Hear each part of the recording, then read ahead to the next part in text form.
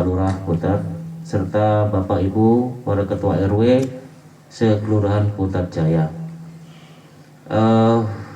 Pertama-tama mari kita panjatkan puji syukur kepada Allah Subhanahu wa taala karena kita masih diberikan kesehatan untuk berkumpul pada malam yang sangat-sangat indah ini, karena meskipun mendung tapi tidak hujan, cerah lah.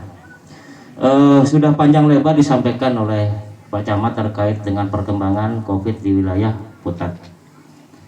Bapak Ibu sekalian, saya sejak bulan Maret sudah mendata melalui versinya TNI, tentunya berkoordinasi dengan dinas-dinas terkait. Sampai per tanggal 31 Mei Putat Jaya itu baru 18. Betul Pak, 18 ini Pak di data saya. 18 kasus, sehingga itu pun sudah berlaku PSBB tahap kedua kalau nggak salah. Tahap pertama. Ya. Kalau Mei PSBB itu kan berlaku Mei, minggu terakhir Mei.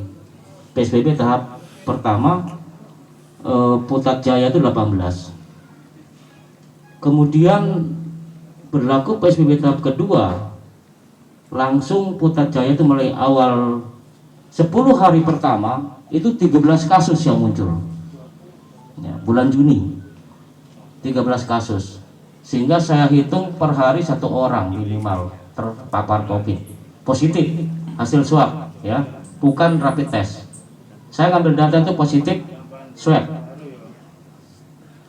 Kemudian apa sebabnya Pak Camat? Per tanggal 30 Juni grafik yang saya punya itu bukannya landai tapi tajam, ya, naiknya tajam Pak. Ya, ini setelah saya amati Pak Camat, memang kalau kita lihat aktivitas yang dilakukan pengetesan pengujian oleh masuk tracing oleh puskesmas sangat intensif sehingga bisa mendapatkan data tersebut. Karena hasil tes yang dilakukan, jadi setiap satu warga yang kena pasti RT itu di tracing atau di rapid. Begitu rapid reaktif langsung dilaksanakan swab. Jadi nanti biar dijelaskan sama Ibu Dokter terkait dengan apa sih rapid test itu, apa sih swab. Kalau yang sepengetahuan saya, rapid test itu kan yang diuji darahnya, berarti ada imun yang bereaksi terhadap alat tersebut. Ya, mungkin saat itu kita mungkin batuk pilek atau minum obat pasti bereaksi. Nah, untuk membutuhkan bahwa dia positif maka dilakukan swab PCR. Ya, itu pun ada tingkatan-tingkatannya, ada tingkat 2, tingkat 5. Ya, ya jadi masifnya tes sehingga munculnya tinggi. Tapi semua juga masif, semua kelurahan masif. Tapi kenapa Putat tinggi gitu? Ya berarti masyarakat kurang peduli terhadap protokol kesehatan yang sudah diterapkan. Mungkin Pak Lurah, Pak RW semua kita pernah kumpul di kecamatan terkait keberadaan Kampung Tangguh. Setelah selesai rapat, saya bertanya ke kepala puskesmas, Bu, Putat itu yang paling tinggi mana? Ternyata di sini.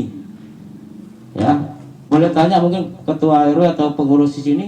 Langsung besoknya saya datangin ke sini, pas kebetulan kumpul, kita sampaikan bahwa di sini paling tinggi. Saat itu kalau nggak salah awal Juni, Maret. awal Mei kalau nggak salah ya. Iya. Akhir Mei kalau nggak salah. Akhir Mei. Ya, paling tinggi di sini. Akhirnya sehingga terbentuklah saya langsung bilang, ayo kita buat Kampung Tangguh dengan satgas-satgasnya bekerja dengan maksimal. Akhirnya ya alhamdulillah apa yang disampaikan tadi memang grafiknya agak melandai. Namun di tempat lain yang dulunya 0, ya, dulunya kosong, akhir-akhir ini bertambah. Nah, ini karena memang itu tadi kepedulian kita semua, apa yang disampaikan oleh Pak Camat, tidak bosan-bosannya memberikan edukasi kepada masyarakat bahwa bahayanya COVID itu seperti ini. Saya paham karakter wilayah Putra Jaya ini.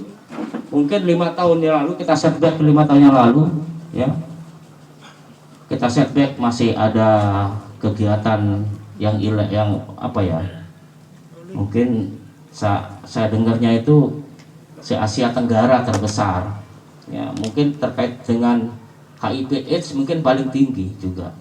Tapi kalau HIV/AIDS kan kalau kita berhubungan sentuh darah, berhubungan badan, baru itu tertular. Kalau COVID ini enggak, nyenggol sedikit aja tangan lalu ngusap ke 4 lubang di ini, pasti besoknya kena, ya langsung otomatis, cepat sekali. Jadi Bapak Ibu sekalian, sebagai ketua RT maupun ketua RW itu sudah merupakan public figure, ya. Karena yang saya tahu selama ini apabila ada apapun itu pasti larinya ke RT, ke RW, pasti ke situ, ya. Yang mau nggak mau kita harus punya jiwa sosialisasi yang tinggi. Jangan ojo kendor lah, jangan mengeluh. Ayo kita semangat memberikan edukasi kepada masyarakat untuk menekan lajunya COVID ini. Itu salah satu cara kita. Tapi kalau kita sudah mengeluh, babano dikandani angel, ya itu warga-warga kita juga, kembali ke kita juga nanti. Ya. Apabila ada kesusahan dan sebagainya, ya bapak-bapak ibu sekalian juga yang akan ini. Pasti akan ini sama masyarakat itu, gimana ya RW-nya ini kok nggak dikandani masyarakat, seperti itu.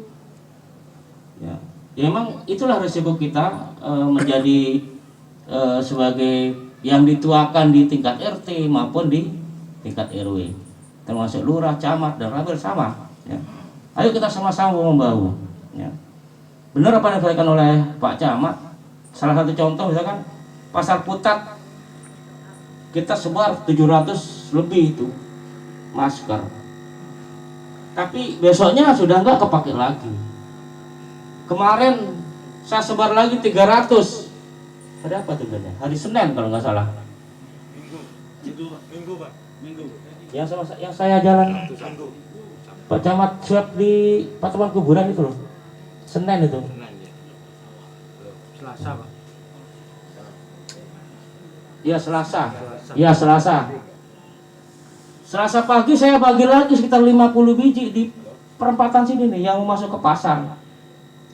Banyak warga yang dari gang-gang itu masuk ke pasar tanpa masker, alasannya buru-buru, ketinggalan dan sebagainya. Itu sebenarnya yang harus kita edukasikan. Setiap keluar rumah ya harus pakai masker karena ini merupakan kewajiban. 60% untuk pencegahan kita tertular adalah dengan bermasker. Karena ingat, COVID ini adalah dengan droplet, semburan ludah, ya. Dan itu bisa bertahan, tidak tahu kalau ini bisa bertahan kalau di kertas sekitar 3-4 jam. Ya. Lebih-lebih kalau kita menggunakan mata uang juga mereka sumber penyebaran. Makanya hati-hati, setiap ini perlu cuci tangan, itu penting, ya. Setiap bertransaksi cuci tangan. Nggak apa-apa kita belajar cuci tangan, ya. Saya kira sudah banyak tempat cuci tangan disiapkan tapi tidak dimanfaatkan, ya. Ini lagi perlu kita sampaikan, ya pakai masker. Kemudian setiap selesai aktivitas masuk rumah cuci tangan dulu, ya, baru megang sesuatu. Saya kira itu saja. Terkait dengan data, saya sudah sampaikan tadi, saya tidak, data saya hampir mirip dengan Pak Camat, hanya saya hanya perlu menyampaikan bahwa Putat ini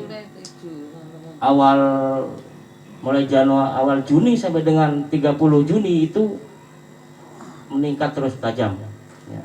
Kalau kita lihat 103 kasus, tadi 7 kasus itu di orang luar wilayah, 103 kasus, kalau saya bagi 30, maka per hari yang terpapar 3 orang.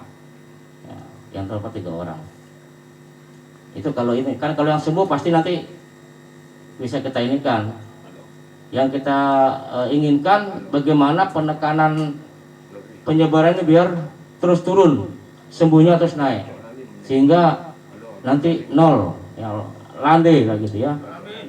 Kita harapkan demikian, karena mendekati new normal ini, sekarang transisi new normal sampai dengan 14 beberapa hari ke depan, semua tempat buka, semua tempat juga sudah mulai aktivitas.